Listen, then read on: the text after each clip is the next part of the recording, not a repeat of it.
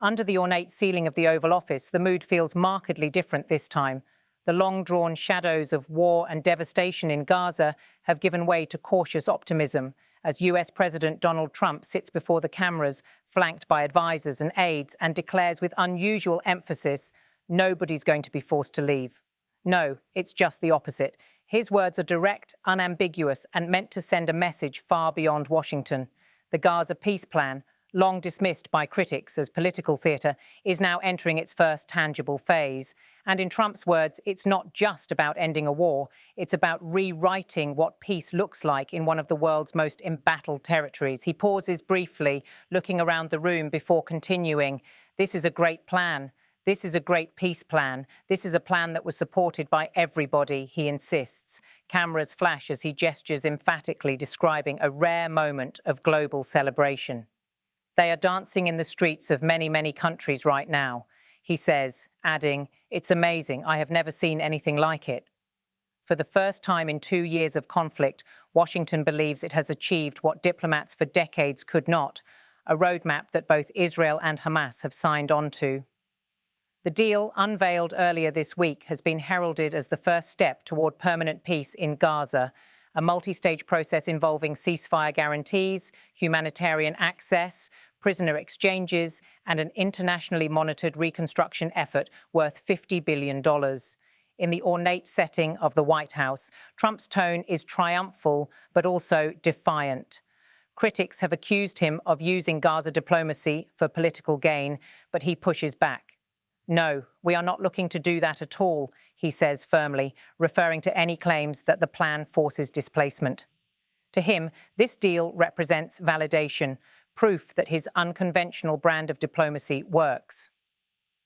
For months, negotiations have unfolded quietly across Cairo, Doha, and Tel Aviv, involving Egyptian mediators, Qatari envoys, and American diplomats led by Secretary of State Marco Rubio. Behind the scenes, the US envoy to the region, Steve Witkoff, coordinated multiple rounds of back-channel talks between Hamas's political leadership and Israeli intelligence officials. The breakthrough reportedly came when Hamas agreed to release all remaining hostages in exchange for phased Israeli withdrawals from Gaza's urban centers, Gaza City, Khan Yunis, Rafah, and the north. Now, with signatures in place, the US administration is shifting to implementation. Over the next 2 weeks, American cargo planes are expected to deliver the first shipments of humanitarian aid through Egypt's Rafah crossing.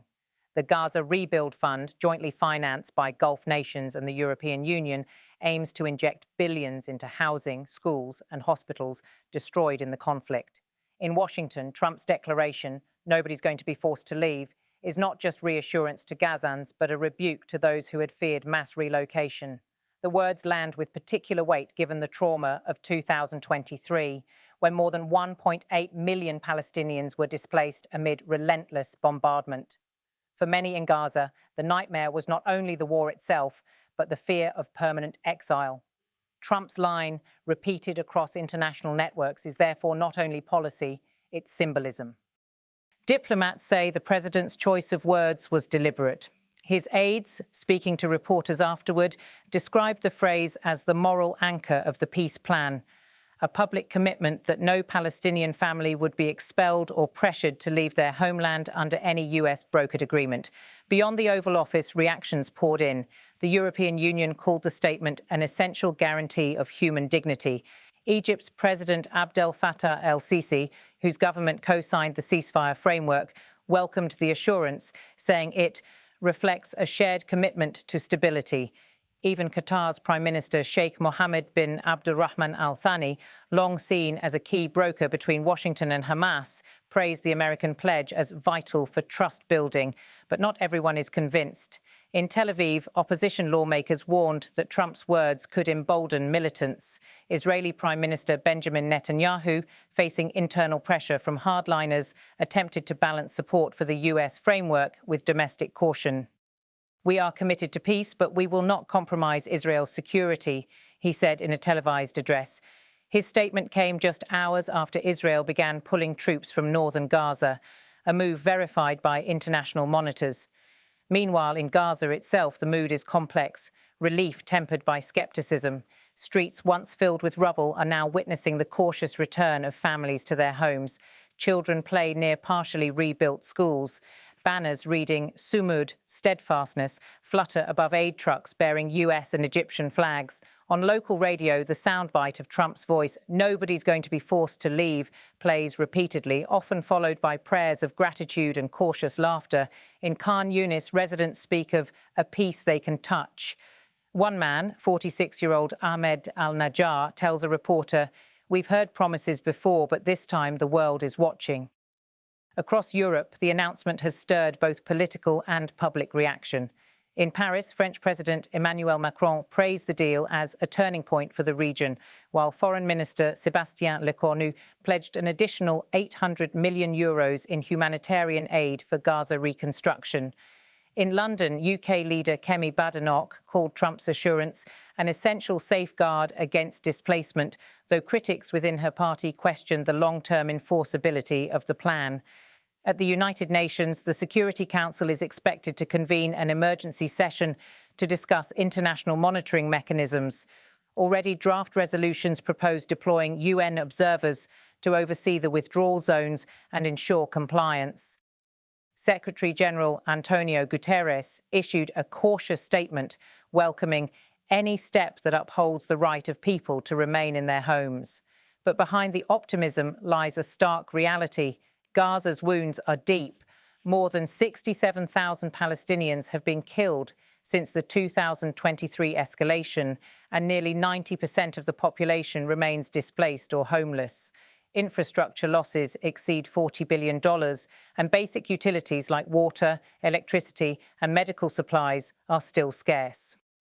The new plan, US officials admit, cannot erase that suffering overnight. Instead, it aims to stabilize Gaza's governance, rebuild trust, and prevent further radicalization. Under Phase 1 of the peace plan, Israel will withdraw troops from densely populated areas within 10 days, while Hamas will surrender control of heavy weapons to an internationally supervised authority. Phase 2 will see the formation of a transitional Gaza Council comprising local Palestinian leaders, independent technocrats, and regional representatives from Egypt and Qatar. The Council will coordinate reconstruction and humanitarian aid distribution. Phase 3, expected in early 2026, envisions democratic elections in Gaza under UN supervision, the first since 2006. Washington has already pledged to recognize the outcome so long as it reflects the will of the people and a commitment to non-violence. The emotional weight of this moment is not lost on anyone. When Trump repeats, "Nobody's going to be forced to leave," he seems to be speaking both as a negotiator and as a showman, aware that his words will headline news across continents. His claim that they are dancing in the streets is already trending on social media, with images from Cairo, Amman, and Tunis showing spontaneous celebrations. Yet analysts caution against premature celebration.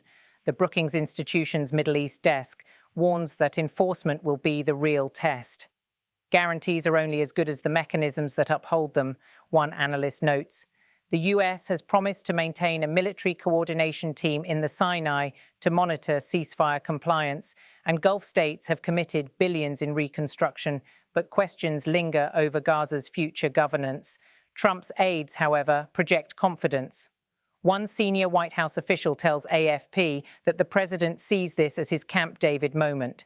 Another describes the peace plan as the legacy Trump wants to be remembered for, not walls or tariffs, but peace. Outside the White House, demonstrators gather, some holding signs reading "Justice for Gaza," others carrying American and Israeli flags side by side. The atmosphere is oddly peaceful. For once, it seems the conversation is not about escalation, but about what comes after it. In the corridors of Washington think tanks, the debate has already shifted to geopolitics. How will this peace deal affect Iran's regional calculus? Will Hezbollah respect the ceasefire terms? Can the Palestinian Authority regain relevance? Secretary Rubio, addressing reporters, insists the US will remain fully engaged.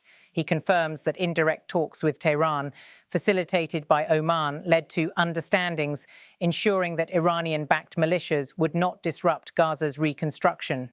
From Tehran, Iranian officials have issued mixed signals. publicly praising the ceasefire while privately expressing concern about US influence.